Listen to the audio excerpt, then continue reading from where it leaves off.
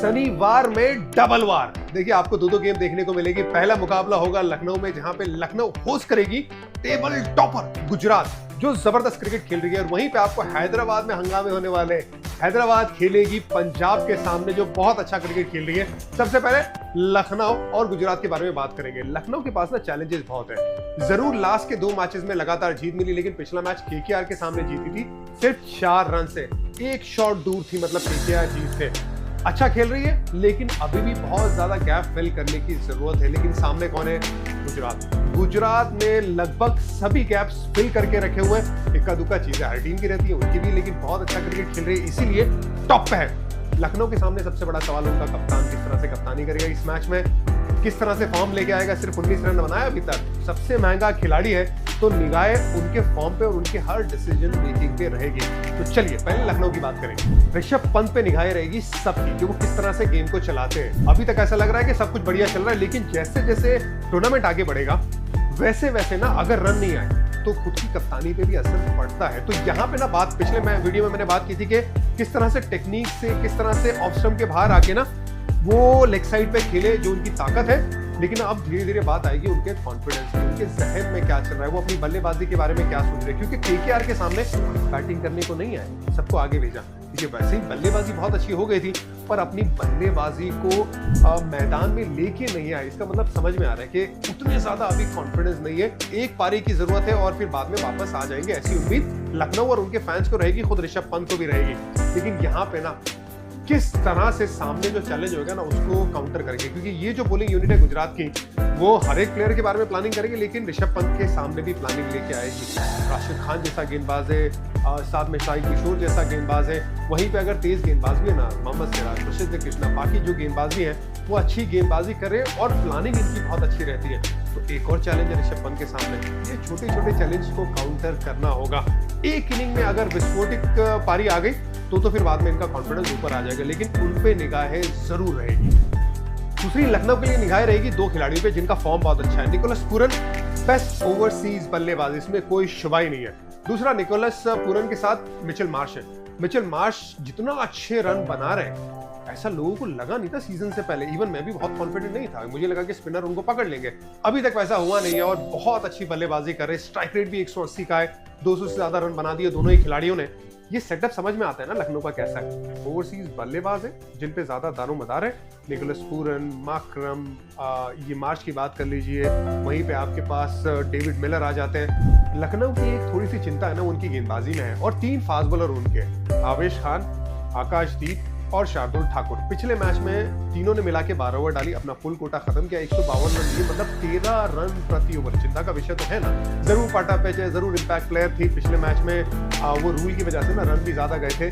लेकिन गुजरात के सामने चैलेंज थोड़ा सा मुख्तलिफ है। यहाँ पे ना कन्वेंशनल क्रिकेट होता है शुरुआत में, और उसके बाद अपने गियर शिफ्ट करती है गुजरात की बल्लेबाजी यूनिट, खास करके टॉप 3। अब उनके सामने क्या कर सकते हैं? देखिए, जहाँ पे जरूरत नहीं है ना वहाँ पे वेरिएशन करना ही नहीं ऐसी टीम के साथ, ऐसा मेरा मानना है। तो I am sure Zaheer Khan और उनकी टीम मीटिंग में ये बात हुई होगी।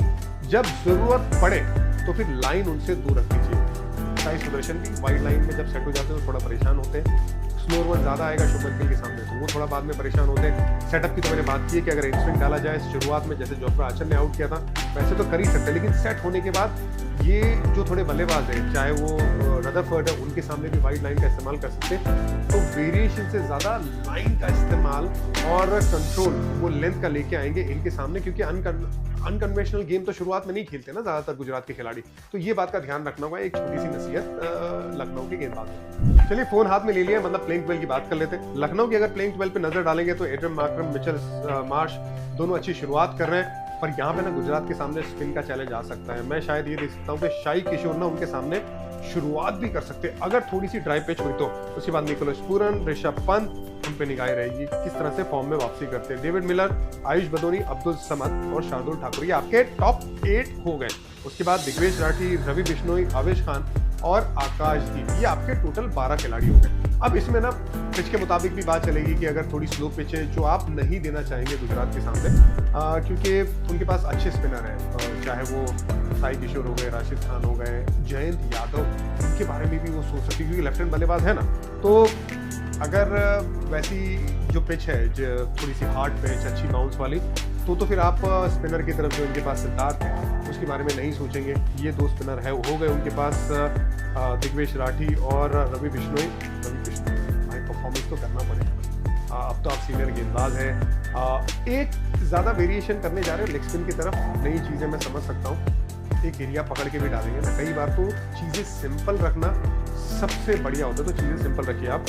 गुजरात की बारी, देखिए गुजरात टॉप पे है और पहला मैच हारी थी पंजाब के सामने, उसके बाद 4 मैचेस लगातार जीती हैं और चारों 4 में से ज्यादातर आप विन कहेंगे ना, कन्विंसिंग विक्ट्री देखने को मिली है, चाहे वो अपने घर में, चाहे वो ट्रैवल करके। सो ओवरऑल बहुत अच्छा क्रिकेट खेल रही है। आगे इसे मोमेंटम को बरकरार रखने के लिए उन्हें क्या करना होगा? देखिए भाई सीधी सी बात है, उनके जो मेन जो वेपन है वो उनकी गेंदबाजी में है। गेंदबाजी में 6 गेंदबाजों से खेल रहे हैं और उसी पे ज्यादा दारोमदार है। लेकिन जो टॉप हेवी टीम है ना ये गुजरात, वो कंटिन्यू करना पड़ेगा। अगर वो कंटिन्यू नहीं करेंगे, अगर उनके साइड सुदर्शन रन नहीं बनाएंगे, जो भी उनके हाईएस्ट रन स्कोरर है, जॉस बटलर रन नहीं बनाएंगे और शुभमन गिल का बल्ला नहीं चलेगा, तो आगे जाके गड़बड़ हो सकती है। तो इनको ये तीनों पे जो दारोमदार रखा है उससे कंटिन्यू रखना होगा, तभी इनकी सक्सेस की जो स्टोरी वो चलती रहेगी। तो गुजरात के लिए 2 साई ना बड़े कमाल के हैं, एक तो साई सुदर्शन और एक साई किशोर। साई सुदर्शन देखिए जिस तरह से बल्लेबाजी कर रहे हैं, मैंने पहले भी कहा है कि भाई इस लड़के को देखना है कि आपको तीनों फॉर्मेट मिले भारत के लिए, उस तरीके की टेक्निक लेके आता है, कंसिस्टेंट परफॉर्म कर रहा है। निकोलस पुरन के बाद लेफ्ट हैंड बल्लेबाज में तो यार नंबर 2 पे है। वैसे भी ऊपर की फेरिस में आ गए ना भाई, अब तो रेस में आ गए वो ऑरेंज कैप की, तो उस लिहाज से बल्लेबाजी चल रही है। स्ट्राइक रेट भी बहुत अच्छा, 150 का स्ट्राइक रेट है। ये तो उनकी टेक्निक की बात हो गई, माइंडसेट भी कमाल का ना, लैप शॉट उसी को लगाते हैं जो हार्ड लाइन डालता है। अब साई किशोर की बात करेंगे, बेस्ट लेफ्ट आर्म स्पिनर इन दी आईपीएल। भाई मैं तो ये मानता हूँ, लंबे कद का है, जिगरा बहुत बड़ा है, किसी को भी मतलब डर के गेंदबाजी नहीं करता है, चाहे वो लेफ्ट हैंड बल्लेबाजी हो। शिमरन हेटमार के सामने भी देखा था ना, वो कैच पकड़ लेते ना तो उनकी विकेट शुरू में ही आ जाती। ऑफ स्टंप के बाहर वो एंगल के साथ गेंदबाजी करते हैं। इनकी यूएसपी क्या है? देखिए मुझे लगता है कि एक तो कंट्रोल बहुत अच्छा है, लेंथ बहुत अच्छी पकड़ के डालते हैं, आर्म बॉल बहुत बढ़िया है, गेंद को घुमा भी सकते हैं, लेकिन लेफ्ट हैंड बल्लेबाज को कैरम बॉल का इस्तेमाल करते हैं। ये लेफ्ट आर्म स्पिनर में थोड़ा रेयर है। वो एक बहुत सारी क्वालिटी ना इनको बाकी लेफ्ट आर्म गेंदबाजों से बहुत मुख्तलिफ बनाती है। एक और बार उन पर जिम्मेदारी रहेगी। गुजरात टाइटंस की गेंदबाजी ये इनकी ताकत है, चाहे वो मोहम्मद सिराज का फॉर्म हो, प्रसिद्ध कृष्णा का इंप्रूवमेंट हो, साई किशोर का कद बड़ा करना हो इस सीजन, सब कुछ है इनके लिए। और राशिद खान का अगर फॉर्म जो पिछले मैच में बेहतर लगा, अगर वो आगे बेहतर होता जाएगा तो कमाल है।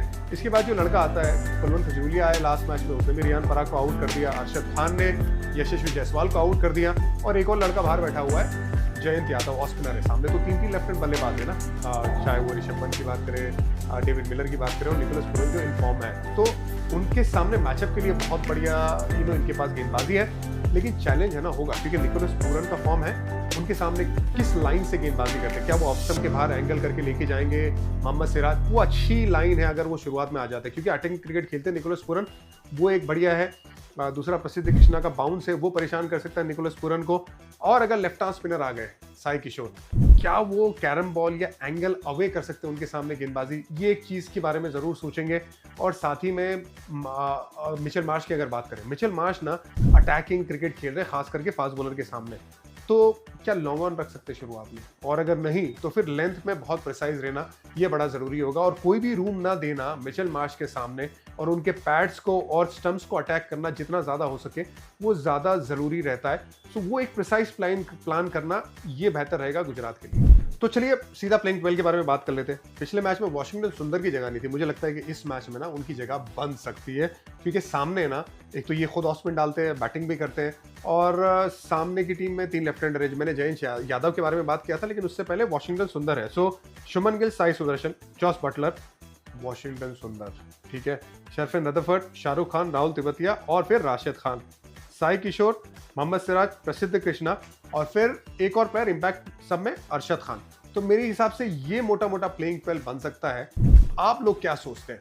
अब देखिए गुजरात और लखनऊ के बीच में ना, तो ये तो जाहिर सी बात है कि गुजरात बहुत अच्छा खेल रही है, लेकिन मैं जाऊंगा इस मैच में लखनऊ के साथ। मुझे ऐसा लग रहा है कि ये थोड़ा ना कोशिश करेंगे कि इनकी जो कन्वेंशनल बल्लेबाजी है जो गुजरात की है उसको पकड़ने की कोशिश करें।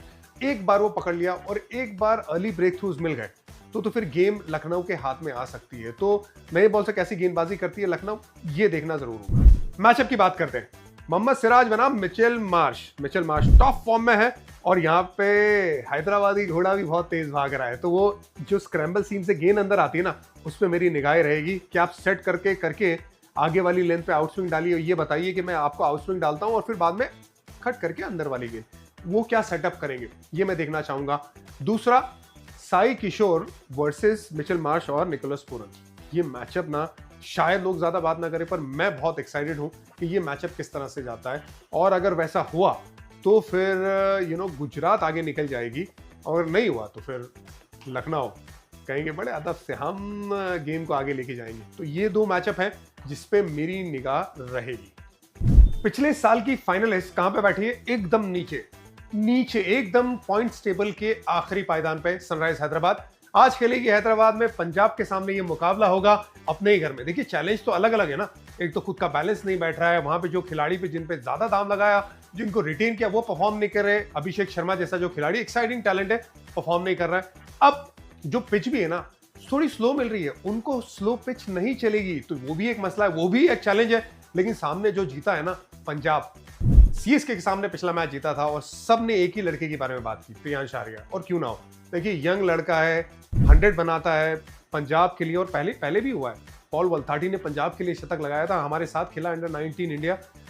उसके बाद उसका करियर पैमान नहीं चढ़ा, अच्छा टैलेंटेड खिलाड़ी था, लेकिन उम्मीद रहेगी कि प्रियांश आर्या का करियर बहुत आगे जाए। बहुत एक्साइटिंग टैलेंट है। इस मैच में ना वो किस तरह से फील्डिंग करता है, वो किस तरह से बैटिंग करता है, हर एक शॉट पे निगाहें रहेगी, होनी भी चाहिए। सनराइज हैदराबाद जिसके बारे में बात हो रहा था कि 300 रन बना देगी, 200 रन के लिए स्ट्रगल कर रही है, उनका जो अप्रोच है वो थोड़ा क्वेश्चन में आया है। अब वो आगे जाके जो पिछले मैच में 150 पे ऑल आउट हो गई, तो किस तरह से उन्हें पिच मिलेगी ये भी देखना होगा। अच्छी पिच उन्हें चाहिए।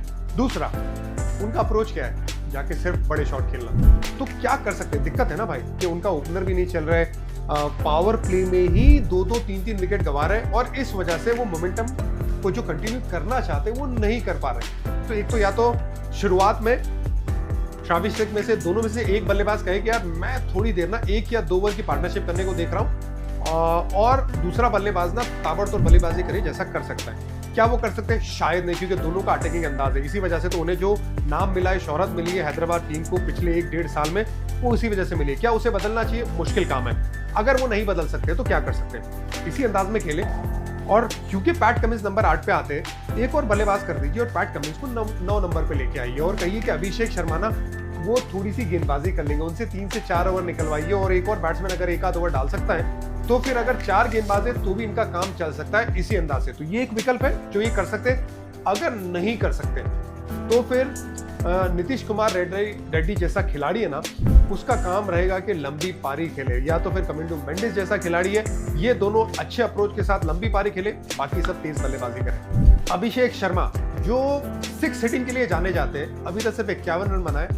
आईपीएल बहुत लगभग आधे आईपीएल की तरफ जा रहा है, हाफ स्टेज, एक भी छक्का नहीं मारा है, बड़ा मुश्किल है। अगर आपका वो खिलाड़ी जिसको आपने रिटेन किया है उस उम्मीद में कि ये इंटरनेशनल में रन बनाता है, हमारे लिए भी रन बनाएगा, और अगर नहीं आए तो फिर दिक्कत तो आती है। उम्मीद यही रहेगी कि ये चीजें उनकी बदलें। जिस तरह से उनका बैट रहता है, थोड़ा बैट खुला रहता है, और जिस तरह से वो शॉट लगाते हैं, एक अच्छा फ्लो उन्हें बड़ा जरूरी, क्योंकि उनका आर्क बहुत बड़ा है। तो बस वो आर्क पे अगर ध्यान देंगे और वो टाइमिंग पे ध्यान देंगे, क्योंकि ये टाइमिंग से बड़े लंबे लंबे छक्के मारता है, ज्यादा जोर से ना मारने जाए, और ये आर्क को ना बराबर तरीके से वो टाइमिंग के साथ सेट करे, क्योंकि जब आर्क में हाथ पीछे जाते हैं ना, उसमें अगर लेट हो गया बल्लेबाज गेंदबाजी के सेटअप पे तो फिर दिक्कत आती है। तो शायद वो अभी टाइमिंग ढूंढ रहे, उम्मीद है कि वो टाइमिंग उनकी वापस आ जाए। हैदराबाद की गेंदबाजी भी स्ट्रगल कर रही है, वो टॉप 20 में ना तो इकोनॉमी के लिहाज से, ना तो विकेट टेकिंग के लिहाज से कोई भी उनका गेंदबाज है नहीं। यंग अंसारी ने विकेट निकाली है, वो ऐसा लग रहा है कि थोड़े ज्यादा बेहतर गेंदबाज नजर आ रहे हैं। तो फिर क्या करना होगा? मोहम्मद शामी पे बहुत ज्यादा दारोमदार होगा। अगर वो नई गेंद से विकेट निकालेंगे, जो मुझे लगता है बहुत बड़ा रोल है उनका, तो फिर चीजें उनके लिए सेट हो जाएगी, और पैट कमिंस भी ना बाकी गेंदबाजों से ज्यादा बेहतर प्रदर्शन निकाल सकते हैं। तो ओवरऑल मुझे लगता है कि गेंदबाजी में भी बहुत स्ट्रगल। चलिए प्लेइंग 12 के बारे में बात कर लेते हैं। अभिषेक शर्मा, ट्रेविस हेड, तीनों पे दारोमदार है। ईशान किशन पहले मैच में शतक आया था, उसके बाद सिर्फ 21 रन ही बनाए। उनका फॉर्म में आना वापस ये भी बड़ा जरूरी है। नीतीश कुमार रेड्डी वो भी लय में नजर नहीं आ रहे हैं। अनिकेत वर्मा ने कुछ अच्छी पारियां खेली है। हेनरी क्लासन, अभिनव मनोहर, यार ये बल्लेबाज के बारे में जरूर सोच सकते हैं। Pat Cummins, Zeeshan Ansari, Harshal Patel and Mohammed Shami.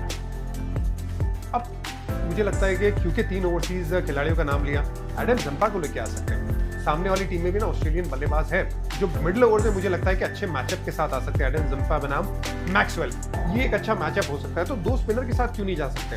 वरना अगर आपको ओवरसीज खिलाड़ी को नहीं लेना है एज ए गेंदबाज तो फिर आपके पास राहुल चहर का ऑप्शन मौजूद है। लेकिन मेरे हिसाब से जंपा का एक्सपीरियंस काम आ सकता है। और वहीं पे मोहम्मद शामी किस तरह से गेंदबाजी करते हैं नई गेंद के साथ, ये हैदराबाद के लिए बहुत क्रूशल होगा। अब पंजाब याद शान बखरी उस तरीके का क्रिकेट खेल रहे हैं। सीएसके के सामने 5 विकेट गिर गई थी, लेकिन किसने रन बनाए? प्रियांश आर्या। भाई साहब क्या कहानी है, लेफ्ट हैंड बल्लेबाज, कमाल के shot of side, leg side पे, फास्ट बॉलर की भी अच्छा खेले, स्पिनर के सामने बाद में बहुत अच्छा खेले, अटैक किया उनके सामने। अब जो कहानी रही है ना, वो 6 छक्के लगाए थे दिल्ली प्रीमियर लीग में। जो अभी उनका जो करियर है परवान चढ़ रहा है, सब उनकी तरफ देखेंगे कि आगे 100 मारने के बाद उनका कॉन्फिडेंस कैसा रहता है, क्रिकेट को किस तरह से बेहतर करते हैं, ये देखना जरूर होगा। लेकिन आज थोड़ा चैलेंज अलग है, उसके बारे में मैं आगे बात करूंगा। लेकिन श्रेयस अय्यर, उनकी कप्तानी पे जो निगाह सबकी रहती है, रहनी भी चाहिए। पिछले मैच में जिस तरह से अर्शदीप को 15वीं ओवर लेके आए थे, प्लान किया था, वो मोमेंटम जाने नहीं दिया। छोटी छोटी जो चीजें जब कर रहे हैं, वो पहले मैच में भी याशिक विजय कुमार को लाके वो wide outside the off stump की लाइन डलवाई थी। पल्स पकड़ते हैं, अच्छे से पल्स पकड़ते हैं। चहल को भी रखा था महेंद्र सिंह धोनी के लिए बतौर स्पिनर, तब तक गेंदबाजी नहीं कराई थी, गेम में भी नहीं लेके आए थे। बहुत अच्छे कप्तान है। आज चैलेंज ये रहेगा, मुझे लगता है कि हैदराबाद का अगर अटैकिंग अंदाज एकदम शुरू हो गया, फिर क्या प्लान लेके आते, मेरी नजर उस पर रहेगी। पंजाब की प्लेइंग 12 पे नजर करते हैं।